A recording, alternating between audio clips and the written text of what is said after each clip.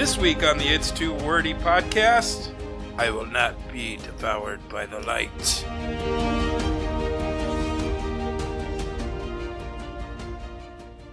Welcome everybody to this week's episode of the It's Too Wordy comic book podcast, where three buddies discuss comics from their childhood and today. I'm Kirk. I'm Ryan. I'm Nick. How we doing this week, guys? Really good. Oh yeah, great. Great? Yeah? Oh yeah, great. Yeah. Yeah. Alright. So on this week's show, we will be discussing Silver Surfer Black #1. And to continue with Mystery Month, Whiteout. So we will first start with Silver Surfer #1. It's by Donny Cates, and the art is by Trad Moore. Yeah, I liked it. The end. No. Starts out by explaining a little bit about who Norrin Radd is, the different names that he's had over the years, and then he says there's one that's not so well known, and that is Death. Because he is Galactus's herald, and he just sits, watches, and observes as planets are killed. And I actually kind of like that they showed him with more emotion in this one, like he's crying, you know, and he's like, no more. He skips forward to, says now, and it's him and Beta Ray Bill. Yeah, he's hanging out with the rest of the Guardians of the Galaxy He's now. hanging out with the Guardians. So what's funny is there's Corsair. That is Corsair. So they have to have a X-Men tie-in somewhere. They got to have a Summers in there somewhere, right? They are the Peter Parkers of the Marvel Universe. Are they? Yeah. Or are they the Peter Parkers of the Marvel Universe? Didn't I just say that? Isn't Peter Parker the Peter Parker of the Marvel Universe? Is what I meant to say. Well, yeah, I guess that's how you want to put it. And then he gets sucked into, looks like he gets sucked into the black a little bit. His arm starts, I'm thinking that's going to be something that has to do with the storyline. He's got like a cosmic black hand a little bit. Did he fall into a black hole, or is he just falling into the black? Yeah, he fell in a black hole. That's what I thought. Thanos' team, after His minions? After Thanos died, and they came and took his body, and they threw the Guardians in a black hole. Okay. And Silver Surfer has to lead them through it, and he does, but he gets separated from them, and he goes somewhere else, and they go somewhere else, which you can't find out until you read Guardians of the Galaxy Annual #1. Oh. Stupid. Nobody wants to read Guardians of the Galaxy since Abnett and Lanning left. I don't know. I just started reading it. I think it's pretty good. It's Donny Cates. No. How can I be wrong? So you're reading the new Guardians, Guardians. not to be confused with the new Guardians of the Galaxy. No.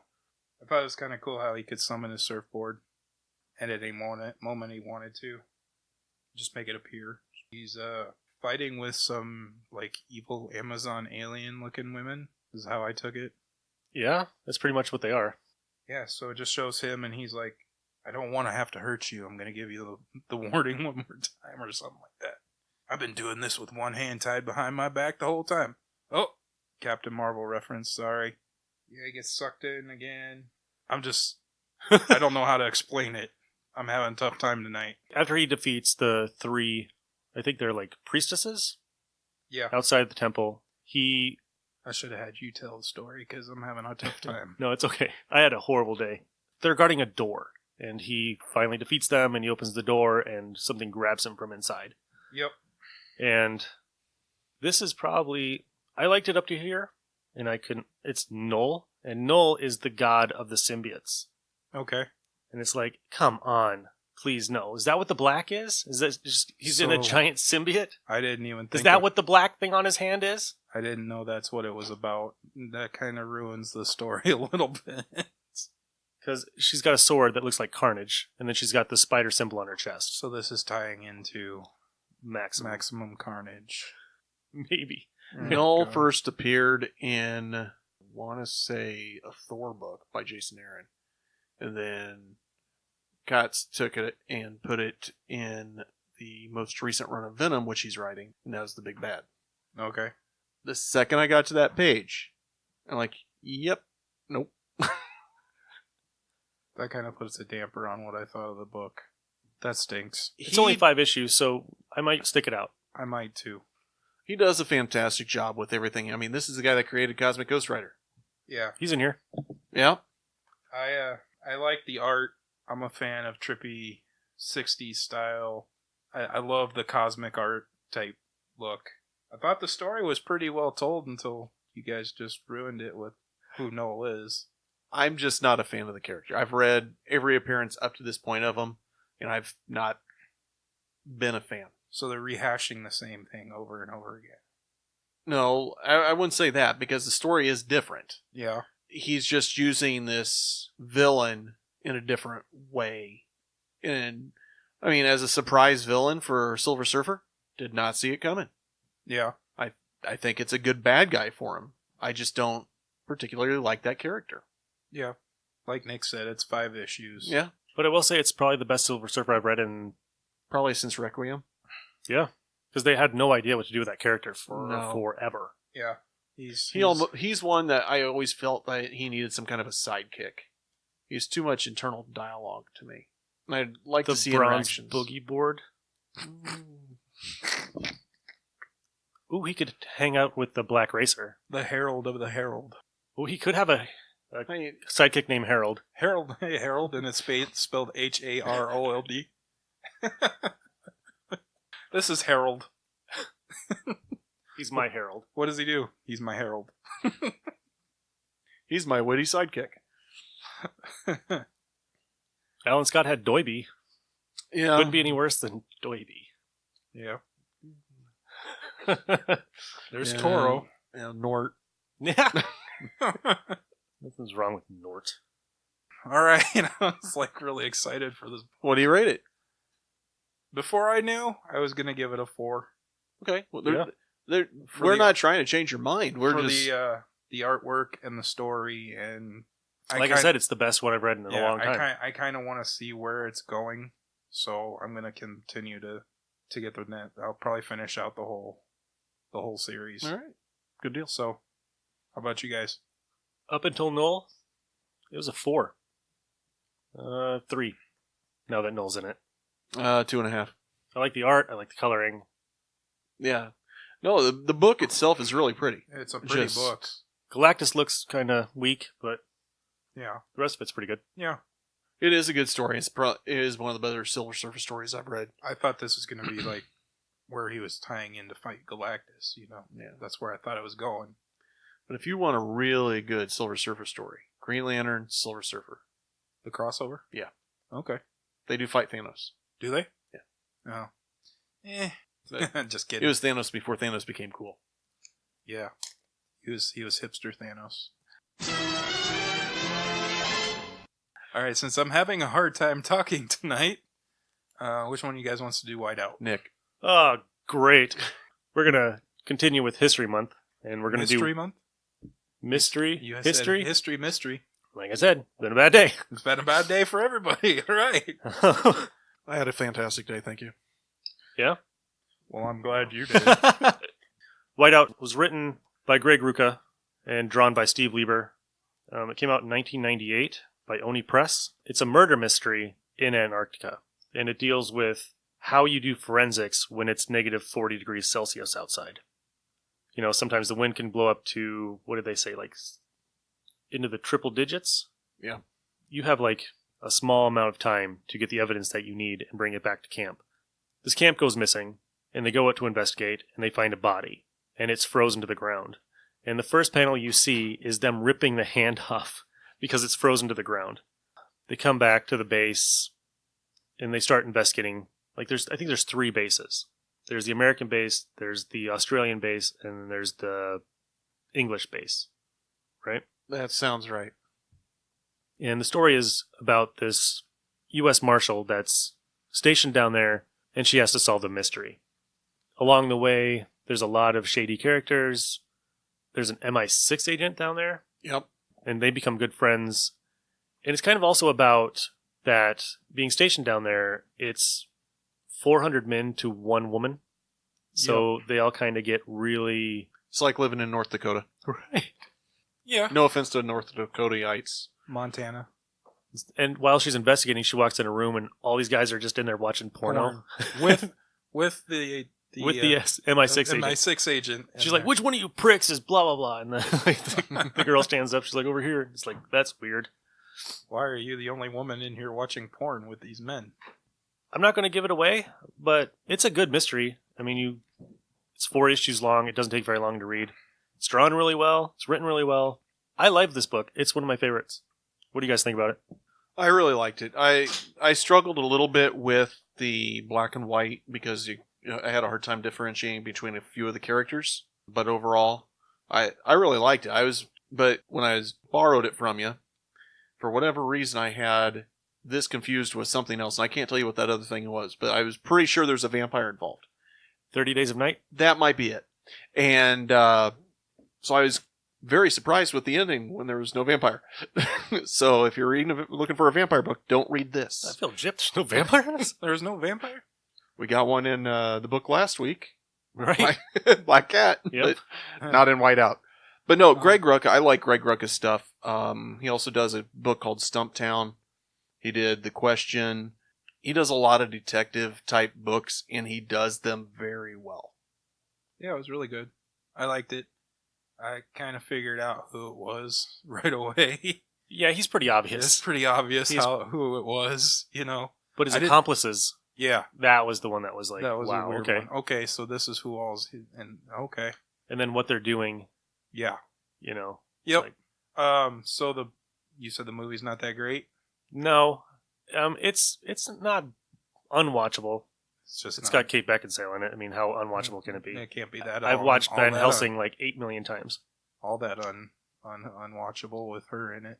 What's the vampire one she does? Underworld. Underworld. I watch that all the time. I love The Underworld. first one's good. The first one's really good. I've watched all of them. So have I. The first one's good. The first one's the best one out of all. I haven't watched the newest one. I haven't either. No, Run. don't Stay run away. Stay away from it. Run away. Okay. All right. Yeah, I'd recommend it. There's a sequel too. Is there? Yeah. Does it take place in Hawaii? North Pole. Called Wipeout. Wipeout. So All right. what do you rate it? And there's one at a soccer game called Timeout. Timeout. All right. Nice. What do you rate it, Nick? There is some problems with the artwork. You can't really tell who's in the fight because they're both dressed the same, and you kind of lose which one is which. 4. Okay. I was gonna go ahead and give it a 4. Yeah, it's a 4 for me as well. To random reads. Ryan looks like he's got an entire stack over there. So what do you got for us this week? It's only 3 books. It's only 3 books. It's only 3 books. How Now, much did you read this week, though? 32. Jesus. Okay. Well, I already read Whiteout, so I had a lot more free time. You had a lot more time to do what you wanted. All right. He's like, it's my birthday. Leave me alone. It's my birthday. So it was going to be 2. I read one over the weekend that I really liked, and so I wanted to talk about that for a second. It is the most recent issue of G.I. Joe, A Real American Hero 263, and it's titled Some Gave All. So I saw the image for this, and I'm like, why is there a bunch of dead people in this? They're retconning everything. No, that is not actually what happened.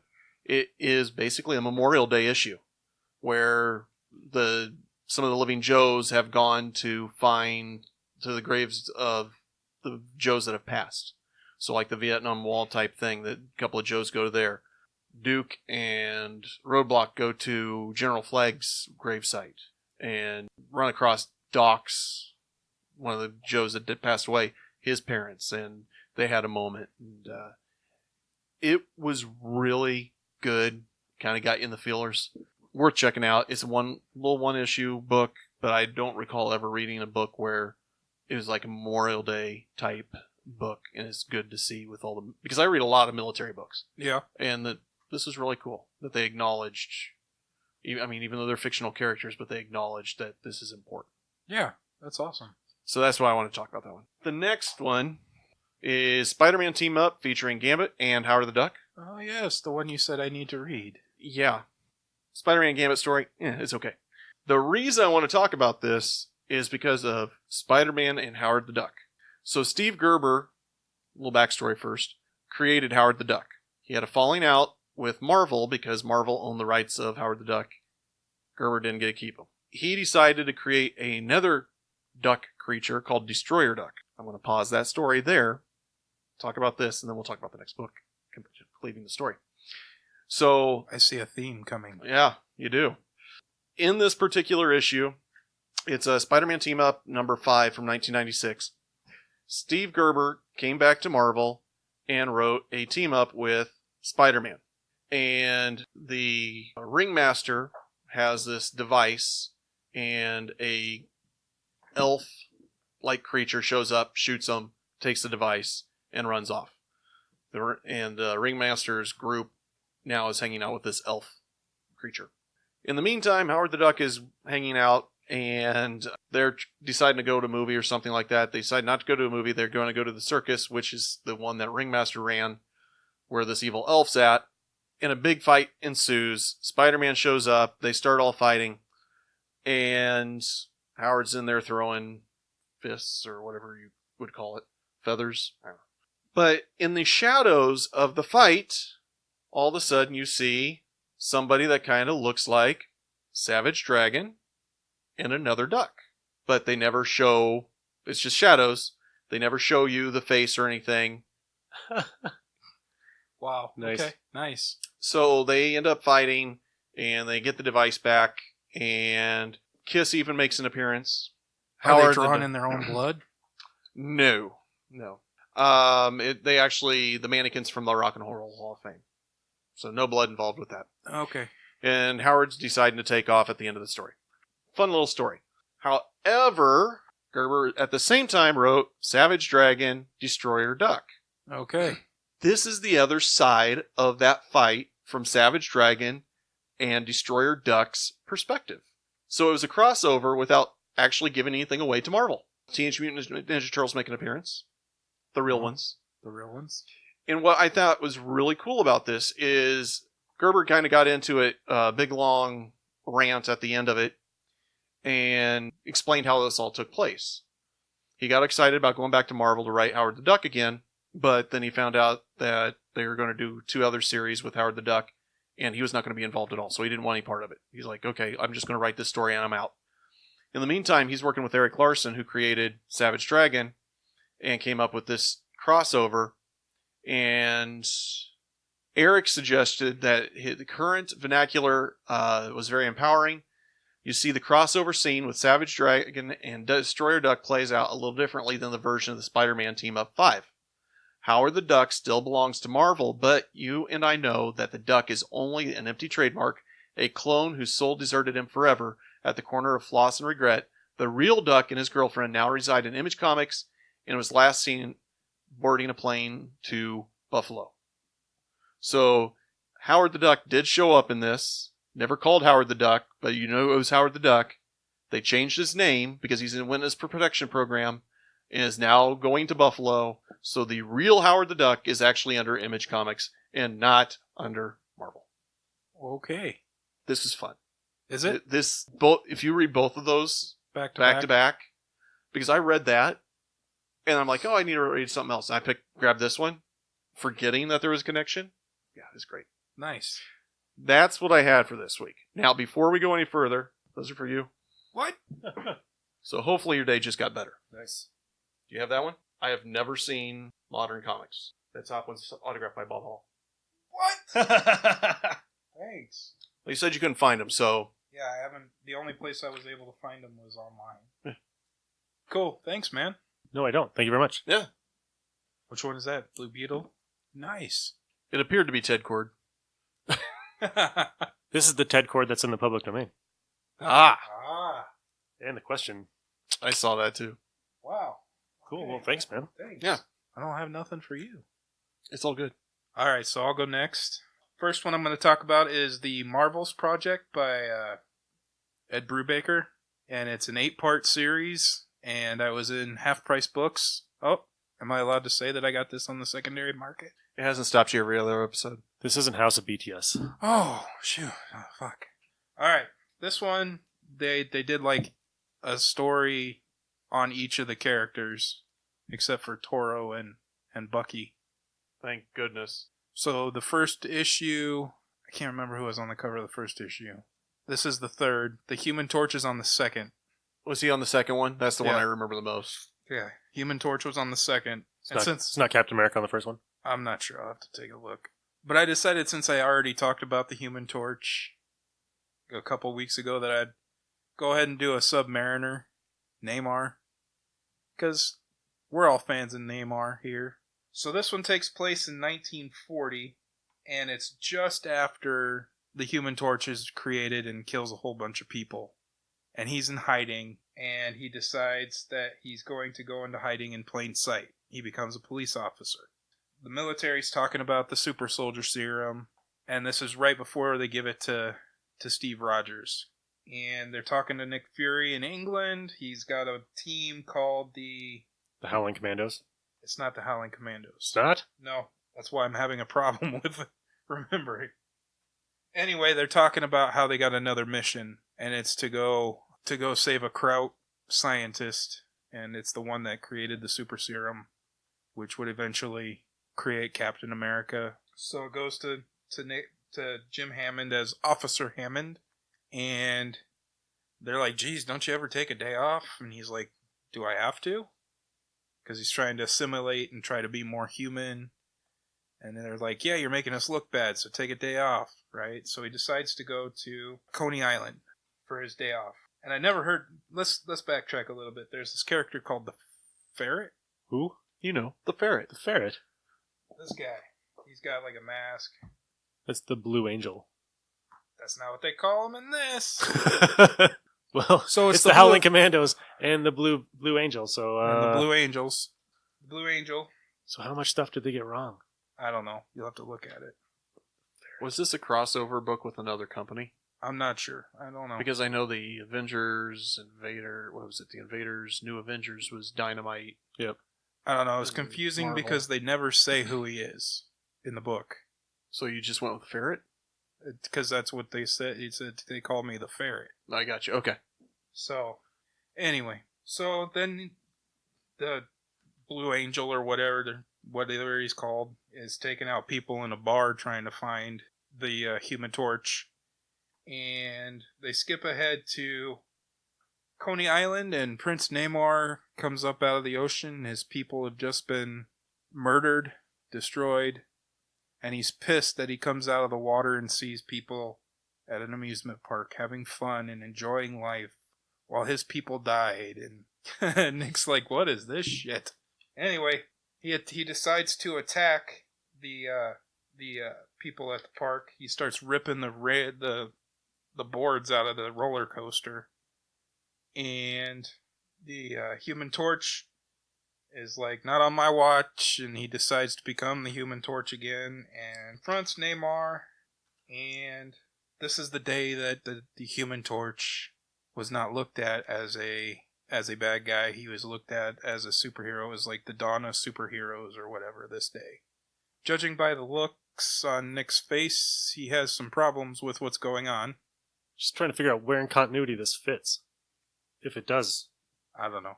It might just be a alternate timeline thing. Trying to find the ferret reference. Should be in there somewhere. Yeah, the ferret. Yeah, see? I knew I wasn't crazy. But that's not him. That's not him? Mm-mm. Oh. I just figured it was him because he had, they all look the same. My bad. So he's with the Sky Devils? I guess. So he must just be freelancing then? Yep. Like going... Yeah. It was a good book. I enjoyed it. Now that I know that's not him.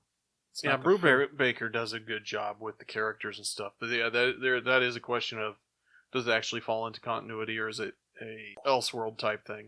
Yeah, I picked it up because it said Brubaker, and I'm like, yeah, all right. Huh, I don't know. So that was the first one. And speaking of Guardians of the Galaxy, I also found issues 1, 2, and 3 of the new Guardians of the Galaxy run by Donny Cates at Half Price Books for $1. My first thought when I saw the cover was, this is a really overpowered Guardians of the Galaxy They're only choosing so many. team, right? And like you got Nova and Silver Surfer who can take care of business on their own. Pretty much same with Gladiator. So the premise of the book is Thanos has been killed, has been beheaded, and Eros is holding it's the reading of his last will and testament. Okay. And he's got Beta Ray Bill and Darkhawk and a whole bunch of Silver Surfers there. Everybody's there. And they're talking about how he says, you're all here today to celebrate the passing of your greatest foe. Just Thanos? Yep. So everybody's like, what's going on? And Thanos discloses that he has put his psyche into another. Oh, I was just kidding. Okay. And so everybody's like, we have to find this new Thanos to destroy them before they become the new Thanos, even if it means killing a child. And everybody's first thought of who he uploaded his personality and his memories into is Cosmic Ghost Rider. Gamora. Oh. So now everybody's going after Gamora because they think she's going to turn into the new Thanos. Then they go to a drunken Star-Lord, and the part that pissed me off the most about this book is that Groot fucking talks. Groot talks. I don't like that Groot talks. In the original run of Guardians of the Galaxy, Groot talked. Did he? Yeah. I didn't know that. Okay. And then Maybe I won't be so pissed off I about think he that got anymore. destroyed, and then he came back, and he couldn't speak he could only speak his name. You might say he went back to his Groots. Oh, rah. Ba-doom-tsh. So, I guess I have a question then, because I was talking to another friend of mine, and is that your Star-Lord there? What does he look like on the cover? Except his hair's through the top. Yeah, it's close. I hate that he has his hair out. Yeah. It makes no sense. Where are you going to shoot him? Right in his head. We were talking about, my friend Pat and I were talking the other night about how Nick is always like, that's not my Star-Lord. My Star-Lord died in the Cancerverse with Richard Rider. So it's like, I'm thinking maybe this is Nick's Star-Lord here. Because Well, he's not wearing a red jacket and a t-shirt. So no, he's not. That's good. And Beta Ray Bill's like on the side of not killing Gamora. There's like a side that's for killing Gamora, and then there's a side that's not for killing Gamora. And it's Beta Ray Bill and Groot and some others, I can't remember who all it is, are on the side of not. And Cosmic Ghost Rider, who is Frank Castle from a different timeline. I'm kind of digging the Cosmic Ghost Rider character a little bit, even though I've only seen 2 issues, him and he destroys the Marvel history and this one. But it's like, I know who Eros is. Who is Eros? I know I've read something with Eros in it. And I'm like, oh yes, the Secret Wars. He was an Avenger. And he turns into a psychotic POS because he gets all burnt. His face goes all Two-Face. The only 2 people in the universe that know where Gamora is are Peter Quill and Groot. So they don't invite this will reading party. They don't invite Star-Lord or Groot for some reason. They exclude those 2. And they end up being the only 2 people in the universe who know where she is. And they go into it and they're like, well, where's Drax? Well, Drax is dead. Where's Gamora? She's a villain. Where's Rocket? And Groot goes, we don't talk about Rocket. So I'm like, what the hell happened with Rocket? You know? You skip ahead and Star-Lord's talking to some Nova Corps guy. They decide that they're going to help. Groot basically guilts Star-Lord into helping save Gamora, and he wants him to tell Moondragon and her lover. She's got a lover in here. It's Drax's daughter. Drax's daughter? Okay. Who may or may not be showing up in Guardians of the Galaxy number 3. They want to know where Gamora is. And Groot basically guilts him, Star-Lord, into telling him where Gamora is. And at the end of the book, he says, well, they're on Half-World.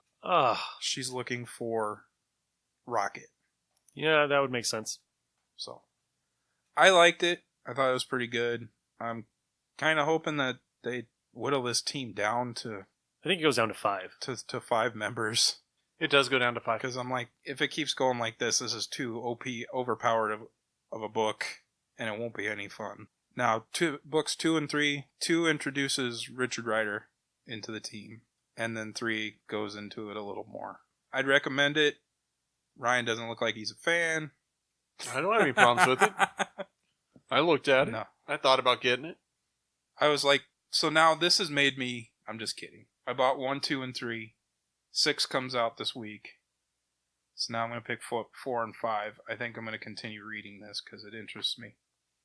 I think you guys would like it too. Katz wrote that too, right? Yep. Yeah. I kind of tied it in. Saw what you did there. This week. Same writer, 2 different books. So that's for me. That's it for me. What do you got, Nick? All right, so I'm going to start out with a book that I searched forever to find, and I was really disappointed when I actually read it. I remember going to the comic shop in like 1989 and picking up Ghost Rider #1, and there was a Nick Fury book sitting there, and I picked Ghost Rider over it. Thank God I did. Because I've been a Ghost Rider fan since, right? So Nick Fury, Agent of S.H.I.E.L.D. #1 came out at that same time. It's got a classic cover of him and 4 of the other agents just standing around, whipping their guns around, all like super spy. And I was a huge fan of Nick Fury versus S.H.I.E.L.D. It was one of my favorite graphic novels growing up. I read it so many times. There's just a part where he's in a bikini, doesn't make any sense. That goes back to the whole, why does everybody have to be naked in the Marvel Universe? So this is after Nick Fury versus S.H.I.E.L.D., where everybody ended up being an LMD, and he had to close down S.H.I.E.L.D. This is when he restarts it. I don't know what they were thinking when they wrote this. I mean, there's aliens, there's weird little vampire people. They're not LMDs, they're aliens, and it's just this is the dumbest thing I've ever read. And of course, I bought every graphic novel that has this in, or the trades, because I was like, oh, maybe it gets better. No, it doesn't. No. Did you read the whole series? Pretty close. And then it doesn't get better. It does not get any better. And then you decided it wasn't any good. No, even the Captain America issues, no. I completed it about 2 years ago. Yeah, it's rough. Yeah, if you ever find Nick Fury, Agent of S.H.I.E.L.D. from 1989, don't buy it. And what's bad is it's by Bob Hall. Bob Harris writes it. Bob Hall does the pencils. Yeah. So it's got a pretty decent artist on it. The art's great. Oh, the art's really nice, yeah. But Bob Harris just murders this story. He murdered one of the best miniseries that Marvel did in the 90s or the 80s. And yeah, so I'm glad I got it for 50 cents. And even at Half Price Books, I ripped the cover off because it had that stupid tag on it. So thanks, guys. Thanks, Half Price Books. I hate that they do that with their loose. They used to have really nice ones that would just peel off. All their stuff on their books and stuff peels off really nice, but those stickers from that gun, yeah, I don't like that, guys. Come on. Just know that just put it on a little card that says all books not in bags and boards are 50 cents or 25 cents, Yeah. I think that would make sense. It costs more to put the little stickers on it than it does just to put it in the bin. Just put it in the bin and put it in at the register, All right, so I'm going to do my next one. God, my nose is just stuffed. I haven't heard of that one. Is it any good? Is it a good one? It's actually, I give it a 4 out of 5. 4 out of 5. It's really kicking my ass tonight. It's a 4 out of 5. It's 5th grade, hanging out with some friends. They were huge into Dungeons & Dragons, and I was like, wow, that's really nerdy, and I'll probably never play that, because that's a level of nerd I never want to get to. Oh, guess what? Well, yeah. Guess where we are today? So while they were talking about making dwarves and bards and whatever, I was looking through his comics, right? And I came across this All-Star Squadron number 36, and it's got Superman versus Captain Marvel on it. I was a huge Superman fan, every kid from the 80s. All the movies came out, I was watching them. Yep. So I was like, what is this? Who are all these guys on it? It's got this guy with a purple cape and red outfit, green pants, and guy with wings. Wonder Woman, a new Plastic Man from the cartoon. Yeah. And who is the guy with the weird winged helmet? The metal bowl on his head? Yeah, and Batman.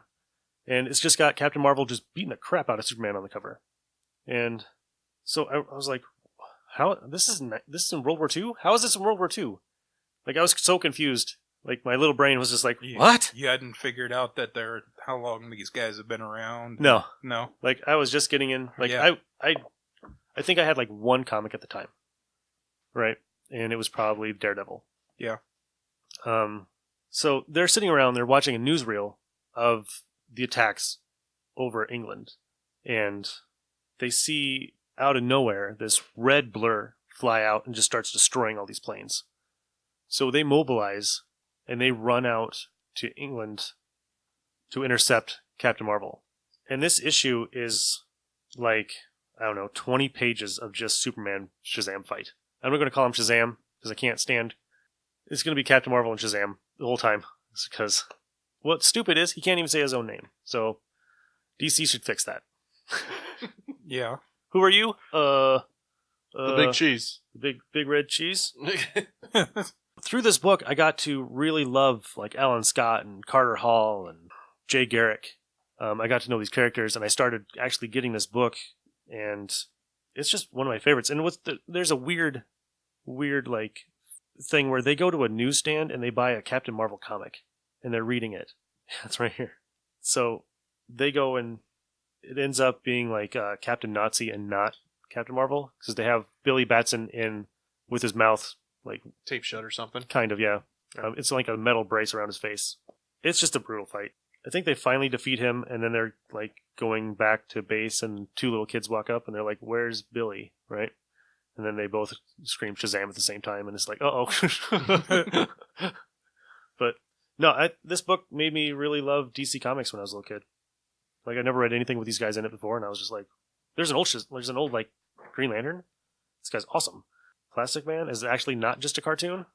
I love it. It's one of my favorites. All-Star Squadrons are really fun. And of course, it's by Roy Thomas, so you can't really go wrong with that, especially when he's doing older characters. Yeah. Yep. So, yeah, this one is probably one of the best books I've ever bought in my life. Nice. Awesome. It's a cherished memory. All right. You got anything else, Nick? No. No? Thanks, Half Price Books. God!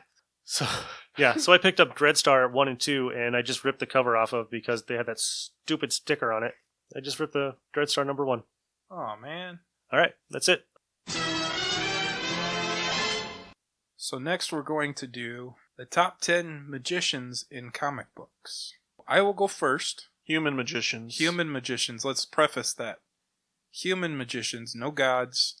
So I'll go first since I have the least experience reading anything with a magician in it. So my number 10 was Shazam. Number 9 was Baron Mordo. Number 8 is Clea, who I just found out who Clea was because I just started reading Doctor Strange. Magic. Had to throw a little X-Men flair in there. Didn't see that one coming at all. Shaman from Alpha Flight. Dr. Fate. Zatanna. Doctor Doom. Scarlet Witch. And Doctor Strange. Here we go. Number 10, Raven. Number 9, Merlin. 8, Shazam. Number 7, Agatha Harkness. Number 6, Jason Blood. Number 5, John Constantine. Number 4, Tim Hunter. Number 3, Dr. Fate. Number 2, Zatanna. And number 1 is Doctor Strange. I've got 10, Doctor Doom. 9, Ragman. 8, Alan Scott. 7, Tim Hunter. 6, Black Alice. 5, Constantine. 4, Tom Taylor. 3, Dr. Fate. 2, Doctor Strange. 1, Zatanna. Doctor Strange has quickly become one of my favorites because I'm learning about his... I watched the movie and I'm reading more about... And it's... I'm like in the occult and the mysticism and all that. I'm getting into that stuff, so... That's why I put Doctor Strange where I did. Scarlet Witch, no more mutants. She goes psycho quite a bit and destroys the Marvel Universe. Also, X-Men tie-in. Doctor Doom, I completely forgot that he was a sorcerer, but he's one of my favorite baddies of all time, so I had to put him in there. And then Zatanna, Dr. Fate, I just started reading with different DC books. And Shaman, I'm a huge Alpha Flight geek, so my list couldn't be without Shaman in it. I had him and his daughter on there. Did you? Yeah. Yeah. Magic, because she's damned, and there's a part with Colossus where she's like, now you know how I feel. You're damned too. And then the last 3, Shazam should be higher on mine, but I really haven't read too much with Shazam. And Clea, it looks like Doctor Strange and Clea are going to get back together. The way this book's going, the way they're talking. So that's why I put mine where they are. Do you have any ones that you didn't put on there? What were your cast-offs? I had John Constantine on there at one point because I hadn't read John Constantine. I all I had for reference was the movie with Keanu Reeves. That's all I had. That was the only one that I omitted. The other 9 I had before. All right. So, yeah. Cool. My cast-offs were Cersei, Master Pandemonium, Shaman, Talisman, Magic, Baron Mordo, Black Alice, Felix Faust, Madame Xanadu, Morgan Le Fay, Doctor Doom, Mandrake the Magician, and the Scarlet Witch. Oh, Mandrake. I took Mandrake off. I had Mandrake on there originally. Nice. I was really surprised you didn't have LeFay on there. She was close. It was her and Madame Xanadu or Agatha Harkness, and I was like, I'm going to start at my least. Number 10, Raven. Raven's got an awesome backstory. She's pretty powerful, but I think the Teen Titans cartoon kind of ruined her. I think now... Is she the one that floats around? Yes. Okay.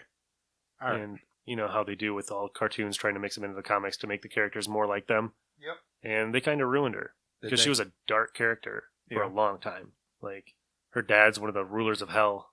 And that's why I didn't have her on the list, because it was like, human, she's half human. Right. Does it count? But she's mortal. Yeah. Is she? Yeah. I could always take her off and put on Man of Xanadu then. Yeah. But is she mortal too? Number 9, Merlin. He appears in both Marvel and DC Comics. He bonded Etrigan to Jason Blood. He did a lot of stuff in the DC universe. He also created and gave the powers to Captain Britain, which is pretty cool. Then we have Shazam. Shazam, while being all, he doesn't do much. He sits in the Rock of Eternity, gives homeless kids powers, pretty much. That's where he is. Number 7, Agatha Harkness. She trained Scarlet Witch to be a chaos magician. So you got the teacher, or you can pick the student. Yeah. I'm going to pick the old crazy little hag lady that became the babysitters of her kids. What? Yeah. Okay. I'll keep reading. Number 6, Jason Blood. He's pretty much an immortal now. He's tied to Etrigan, the demon. He's a pretty badass magician in his own right. I can never get into him. Even without... He's got awesome hair. The rhyming. I tried that in a D&D campaign. I was going to play I was a Hellspawn, and I was going to rhyme everything, and the first time I did it, one of the guys was like, "What the fuck are you doing?" I'm a rhymer. I don't get it. Knock it off. Wow. Number 5. No creativity there. No. Number 5 is John Constantine. Crazy punk British guy who does nothing but smoke and sleep around. He sold his soul to 4 demons. So in the event that he dies, there's going to be a war in hell. Was he on Arrow? Yes. Okay, so I know him from Arrow and the movie. Okay. Number 4, Tim Hunter, Books of Magic. Harry Potter before Harry Potter. I think this one is a personal preference because I love that book. He becomes the ruler or the keeper of all the doors to all the universes in DC. So he's pretty powerful for an 11-year-old. Number 3 is Dr. Fate. I can't pick Kent or Inza Nelson. I can't pick... It's the helmet that's the most powerful part. Yeah. Inside of it, an ancient Egyptian named Nabu. And he was a magician back in the time where Black Adam was in Egypt. Number 2 is Atana. How can you go wrong with a swimsuit and fishnet stockings? Yep. So, yeah, and a top hat, which is pretty awesome. The ability to say things backwards and have it come out as a spell. She can pretty much do whatever she wants, as long as she can say it backwards. Number 1, of course, is Doctor Strange. I mean, how can you go wrong with Doctor Strange? Yeah, we got same for number 1. Doctor Strange, Doctor Fate. We could have just saved it all with the Omega Mall or whatever those are called, where he was Doctor Strange Fate. Right. The Amalgam Universe? Yeah, the Amalgam Universe, yeah. So, I love the magic books in general. DC does a lot of stuff with magic. They had a series called Shadow Pack that I thought was fantastic. It was a follow-up from Days of Vengeance that I really enjoyed. And it had Detective Jump. You can't go wrong. So it is a little bit DC heavy, I suppose.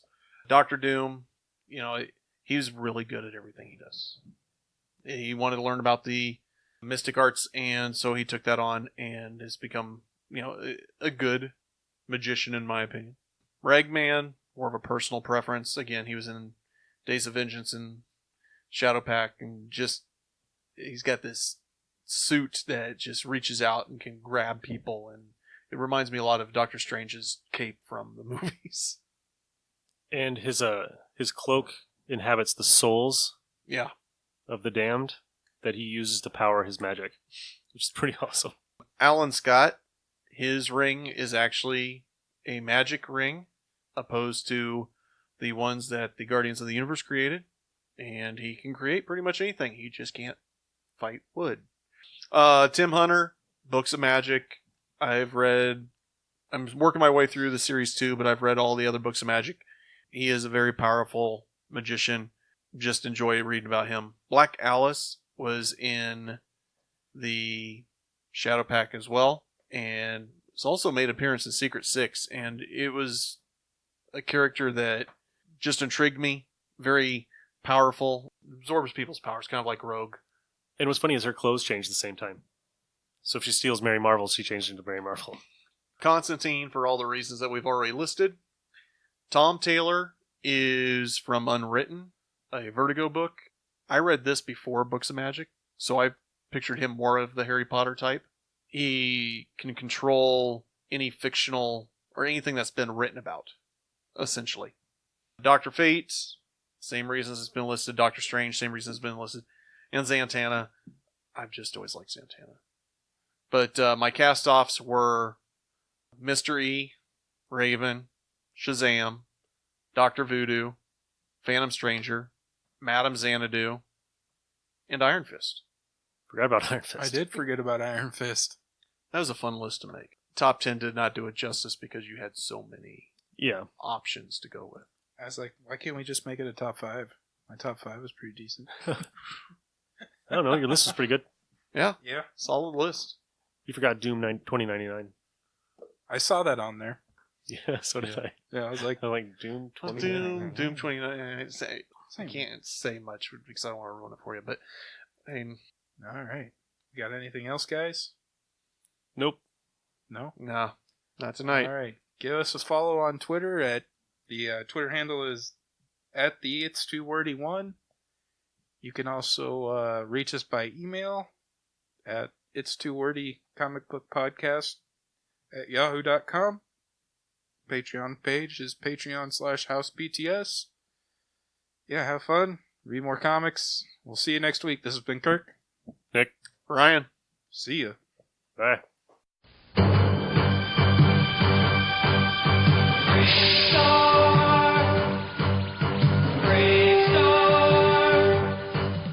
In a distant time and faraway place, the planet of New Texas floats deep in space. Sky of 3 suns, land of precious ore. The Aquarium Rush brought outlaws by the score.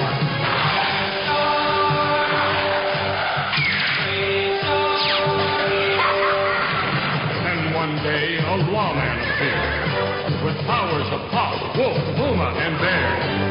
Protector of peace, mystic man from afar, champion of